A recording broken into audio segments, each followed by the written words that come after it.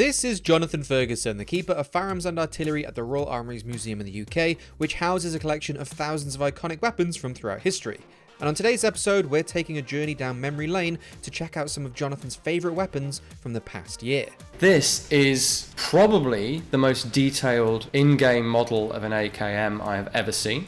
Really nice to see a very rare historic firearm depicted, not only in a video game, but something where you can really get hands-on with it like that. Jonathan and the whole team here at GameSpot just want to say thank you to everyone who's watched the show over the last year. We really appreciate your support. And of course, if you'd like to help out the Royal Armouries Museum and continue to support Jonathan's work, check out the links in the description of this video. And if you enjoy this kind of content, make sure to keep an eye out for our upcoming new series, Loadout, a show where we take a look at the history and impact of some of the most iconic weapons in gaming, from the shotgun and Geralt's silver sword through to the M1 Garand and the Desert Eagle. Jonathan will be making plenty of appearances over on that show too, so make sure to check that out. Right, let's take a look at some of Jonathan's highlights from the past year.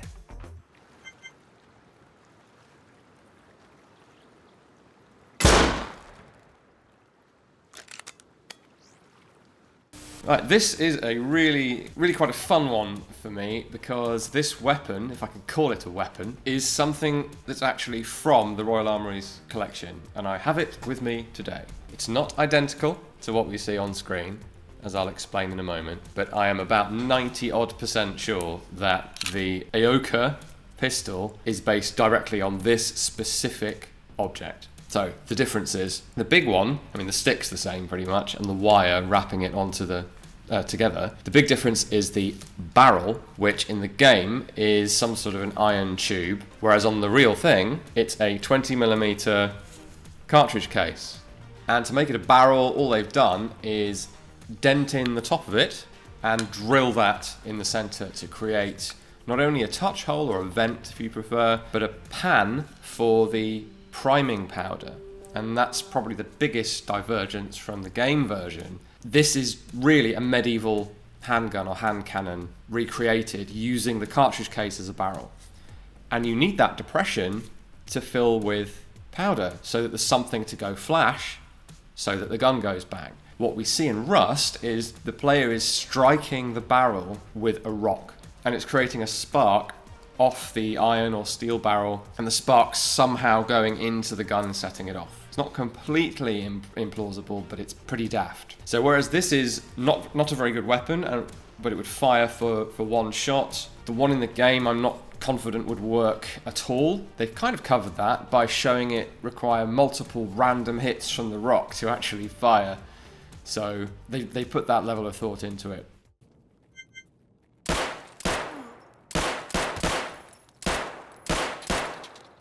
Pause. Wow. This is the first I'm seeing of Tarkov. I've heard a lot of people talk about it, seen a lot written about it, that it has a lot of realism in its depiction of firearm. And just from that short clip, right away, I can see what they're talking about. So we've got the Makarov or Makarov, very much a Cold War pistol, very much a sidearm. It's not really a combat weapon, although people with the training can obviously use it that way. And it's really nicely modeled. The sound effects are probably the best I've heard just from that short clip.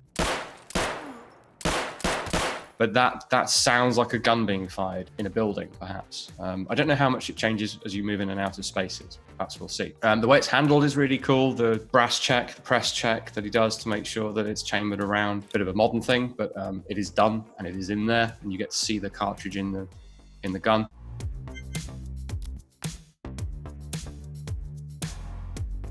Okay, I gather people have been keen for me to see the Gunsmith section of Tarkov, and I can see why. That's really impressive. The sheer variety that we see in here, cosmetic as well as what looks like some pretty practical changes that you can make. I think I'd probably spend most of my time in that section of the game and not actually shooting anybody, because the ability to sort of virtually customize guns like that that's practically a game in itself. That's really good. I really like that. I'm going to have to get a second mortgage and get a gaming PC.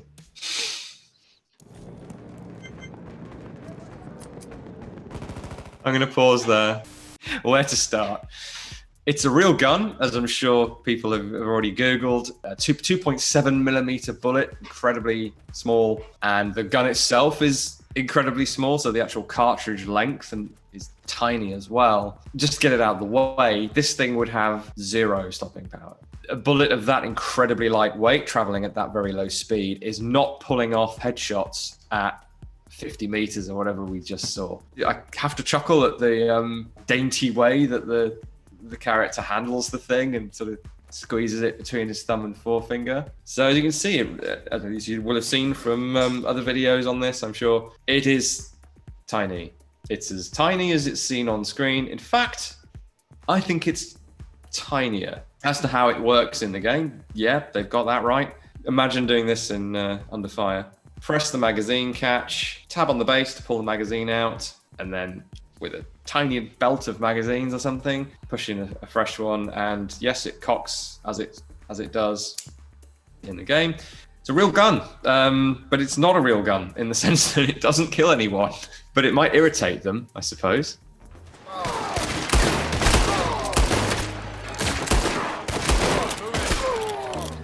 The most cowboy gun ever, I think, the single action army Colt. We have a nice first generation 1870s vintage example. And the Red Dead 2 representation is really good. And as we saw in the clip, you can clean the guns, which I thought was a really nice touch. Maintaining your firearms was an important thing to do, and it's rare to see it done in a game. So that's really cool. Although, of course, a simple wipe with an oily rag is not usually enough to clean up rust like that. The way it functions, again, pretty spot on. The first person view, pretty good. It's a little weird how he hangs on the hammer so that when he pulls the trigger, the hammer flies forward out from under his thumb almost. There's no reason why that wouldn't work, but it's not really good practice because if you slow down the hammer, there's a small chance that the round might not go off. Generally, the rate of fire is what you'd expect from a single action gun, i.e. cock it, fire it, cock it, fire it. You can't pull through on the trigger to fire a shot.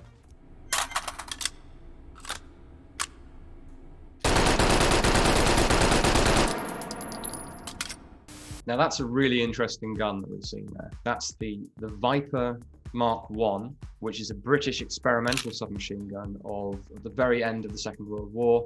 So this thing does show up in my new book on British bullpup firearms because it's one of the relatively early attempts. Really nice to see a very rare historic firearm depicted, not only in a video game, but something where you can really get hands-on with it like that. Looks to work as it probably does work.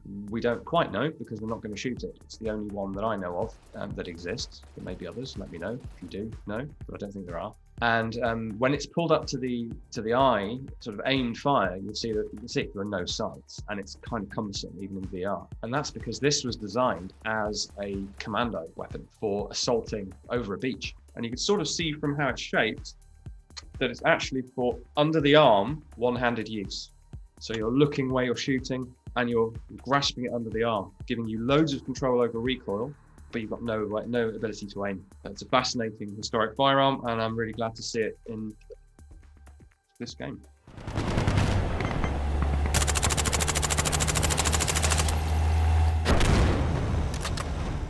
We've got another MP5. This one that I've grabbed it's an SD, the suppressed version, which is what we saw being used just then. I quite like the way that one was depicted. I'm a connoisseur of video game MP5s, and that one pretty much nailed the MP5 in general and the SD specifically. The sound effects are not far off what you actually hear in real life when you shoot this thing or you hear this thing shot. People often say it's so quiet, all you hear is the bolt clicking back and forth, which is mostly true. Slight pop from the muzzle, the loud clang of the bolt moving, you're going to know something's going on, but you might not know that it's a firearm. And this was for decades was the default definitive suppressed submachine gun. Wasn't really worth using anything else provided you could afford this.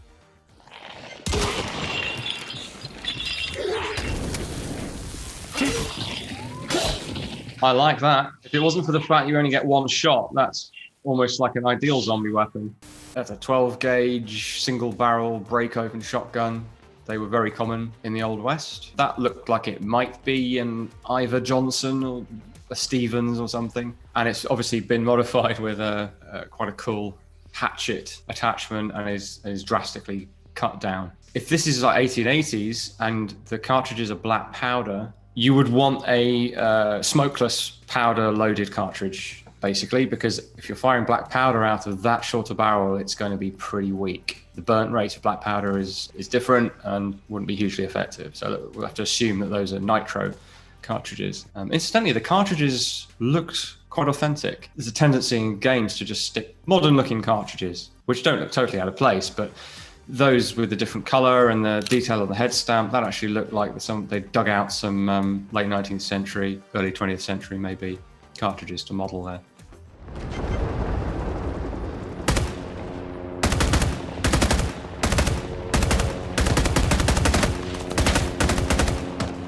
Strangely enough, the first thing I noticed about the AK here was the ejection pattern. If you've seen a real AK fired, it's got a really aggressive forward and upward ejection pattern. So slightly weaker and off to the side pinged something in my brain that wasn't quite right there. That's something you're only going to get absolutely right if you've had a camera behind a real AK shooting or have found some footage of it doing that. The other thing from the first person perspective is the depiction of recoil, which I think is good. The AK is an excellent weapon, but the impulse of a relatively powerful intermediate cartridge and the shape of the buttstock and the mass of the bolt carrier slamming back means it does tend to jump.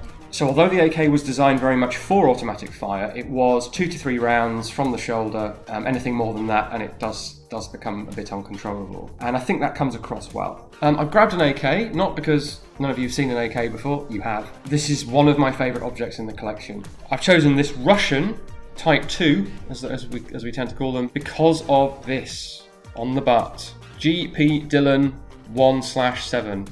And long story short, this belonged to Colonel Gregory P. Dillon of the 17 Air Cavalry. This is actually from Vietnam, and it's really something to hold this every time I pick it up.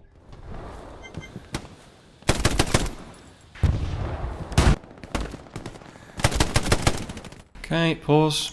Well, we're off to a good start there with the Browning automatic rifle, the M1918A2. This is well modelled, well implemented. I think they're running on the slower of the two rates of fire. It makes you realise, listening to that and watching it, how a well-trained soldier firing rapidly on semi-automatic can easily match that sort of low 400 rounds per minute, or 300 and something I think it was. The other sort of minor nerdy detail is the lack of the carrying handle, which is also correct, because most of the A2s you'll see now, as well as probably having their bipods, will have a carrying handle on them, which is another kind of moving toward light machine gun thing. Well, that feature was not fitted during the Second World War. So these guys have done their research. It's well modelled, it's well represented, apparent recoil rate of fire, all of that seems to be pretty good. And the effect on target as well, firing bursts, short bursts of 2s and 3s, as you probably would be doing, and the enemy's going down. So there's none of this bullet sponge nonsense.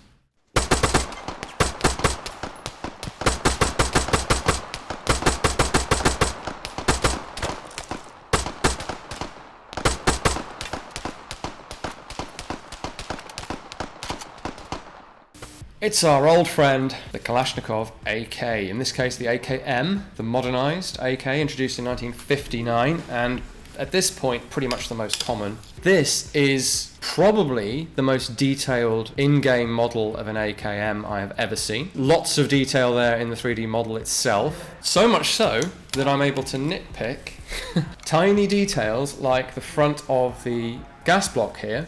It might be the angle, it might be me, but I don't think so. This is an AKM gas block. So note the ramp here and the shape of the front. The gas block on this rifle is much more AK pattern, so the earlier version. When you do this good a job on an in-game gun, this is your reward. You get nitpicked. If I wasn't looking at a front right quarter view of this thing, I would not have spotted that. Push in. Let's go. We have the PKP, the Pecheneg as it's called, which is essentially an assault variant of the PKM.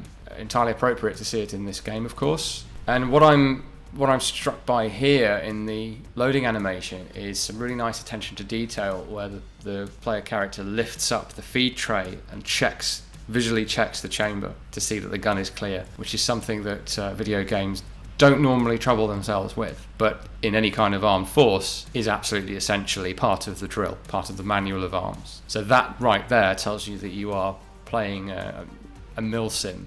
I really like the reloading animation in general here because it feels, the gun model feels like it has more weight. It doesn't just feel like one of those belt-fed assault rifle-like machine guns that we get in first-person shooters. It's more kind of, he's having to manhandle it, turn it over, fit the ammo box, put everything back into position. It looks like it might weigh something, which I think it helps immerse you in what's going on.